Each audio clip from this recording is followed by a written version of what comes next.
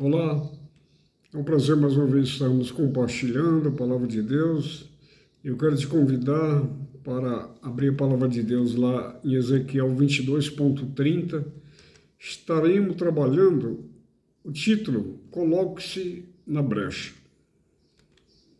Busquei dentre eles um homem que estivesse tapando o muro e estivesse na brecha perante mim por esta terra, para que eu não a destruísse, porém a ninguém achei.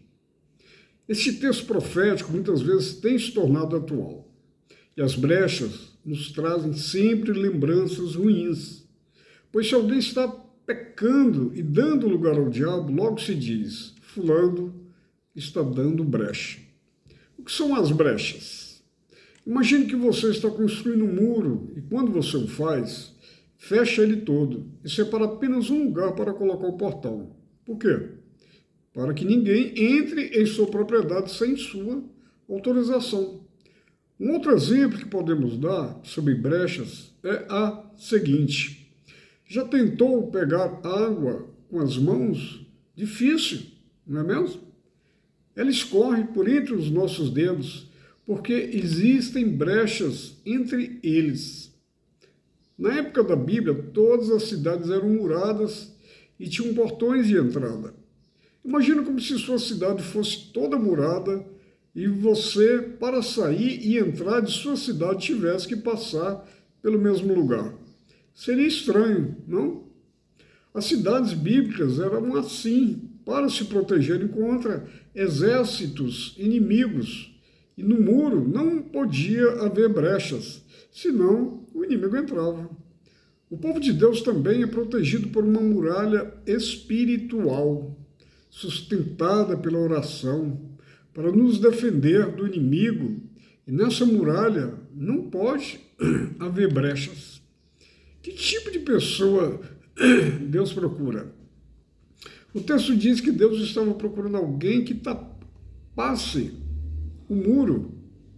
Para se fechar o muro, era necessário entrar dentro das fendas, entre uma pedra e outra, e colocar mais pedras ali. Mas a pessoa precisava entrar na brecha. São pessoas assim que Deus está buscando hoje.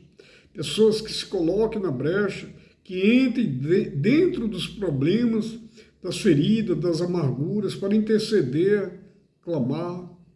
Pessoas que estejam dispostas a clamar pelo seu povo, sua igreja, sua família.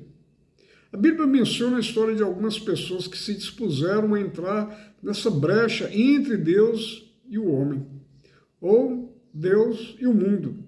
Veja aqui alguns exemplos. Abraão e Ló. Gênesis 18, de 22 a 33. Ló, que era sobrinho de Abraão, tinha ido morar em uma cidade chamada Sodoma. E certo dia Deus decidiu destruir essa cidade juntamente com outra cidade chamada Gomorra. Tamanho eram os pecados desse povo.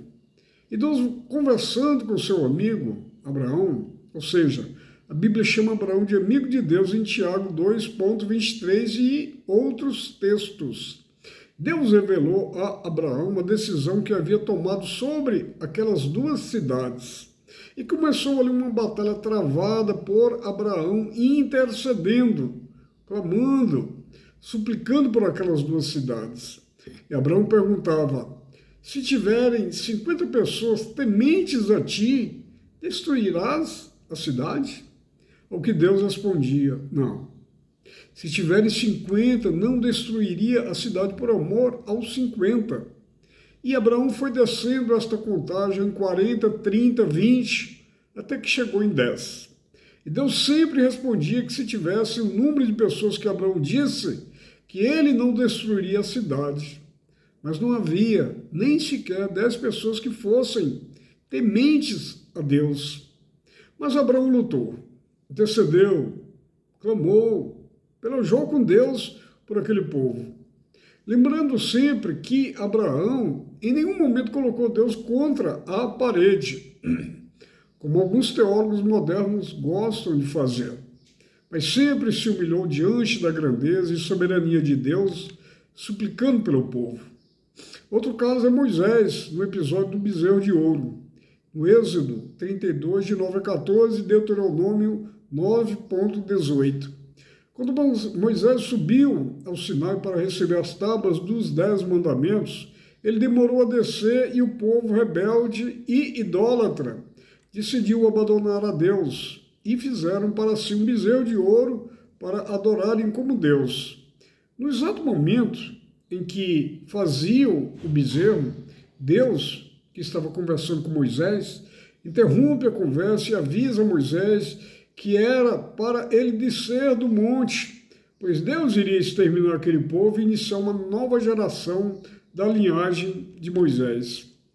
E então Moisés se levanta e se coloca na brecha por aquele povo e diz: lembra-te de Abraão, de Isaque e de Israel, os teus servos, aos quais por ti mesmo tens jurado, e lhes disseste: multiplicarei a vossa descendência como as estrelas dos céus, e darei à vossa descendência toda esta terra, de que tenho falado, para que a possuam por herança eternamente. Êxodo 32,13. E Deus não destrói o povo. Outro exemplo está em Neemias, que intercede por Jerusalém. Neemias 1, de 4 a 11. Neemias estava servindo como copeiro do rei Artaxerxes, na cidade de Suzã, bem longe de sua cidade natal, que é Jerusalém. E certo dia Neemias ouviu notícias de que Jerusalém estava assolada, seus muros derrubados, o povo passava fome. E Neemias se prostrou diante de Deus e se colocou na brecha por aquela cidade. E Deus ouviu o seu clamor. E através de Neemias restaurou a Jerusalém. É esse o tipo de pessoa que Deus procura. Porque Deus procura pessoas que se coloquem na brecha. Deus já tem decretado o pagamento pelo pecado. A sentença para os pecadores já está determinada. E Jesus, quando veio a primeira vez, veio para salvar. Mas a segunda vez virá para julgar. Mas Deus procura alguém que tenha a ousadia de clamar e buscar. Alguém que possa mudar não a sentença de Deus para o pecado, mas a vida de um pecador. Isso me lembra uma história bíblica. Abigail, está lá em 1 Samuel 25, de 1 a 34.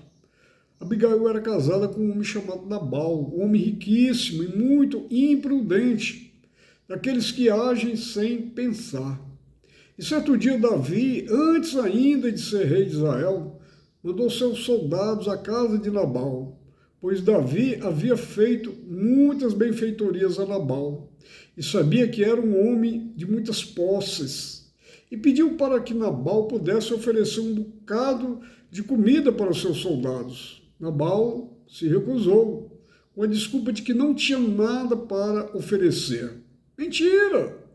Pois ele não queria dar nada a ninguém, nem mesmo a Davi, pois era imprudente, rico, doido, pão duro.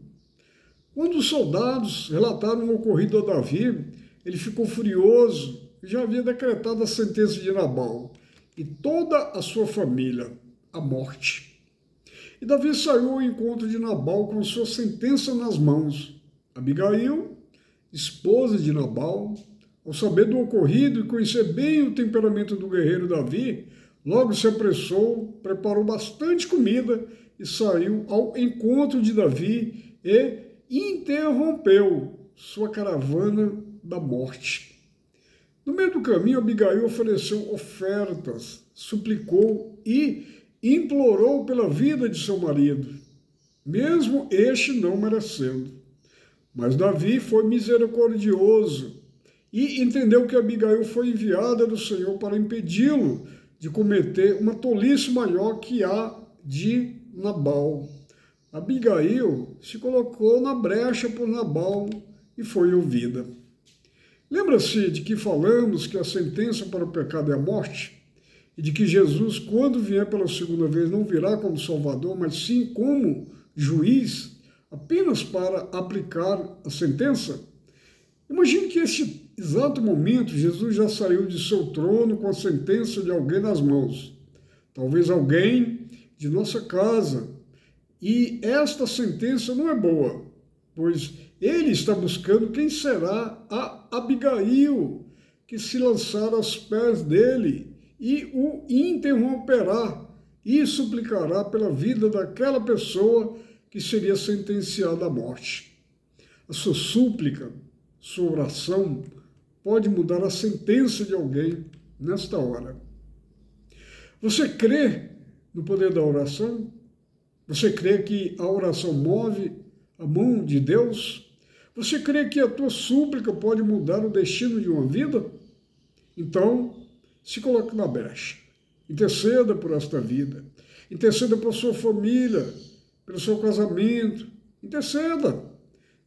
Deixe Deus te achar. Se coloque na brecha. Tape os muros e evite a destruição. Amém.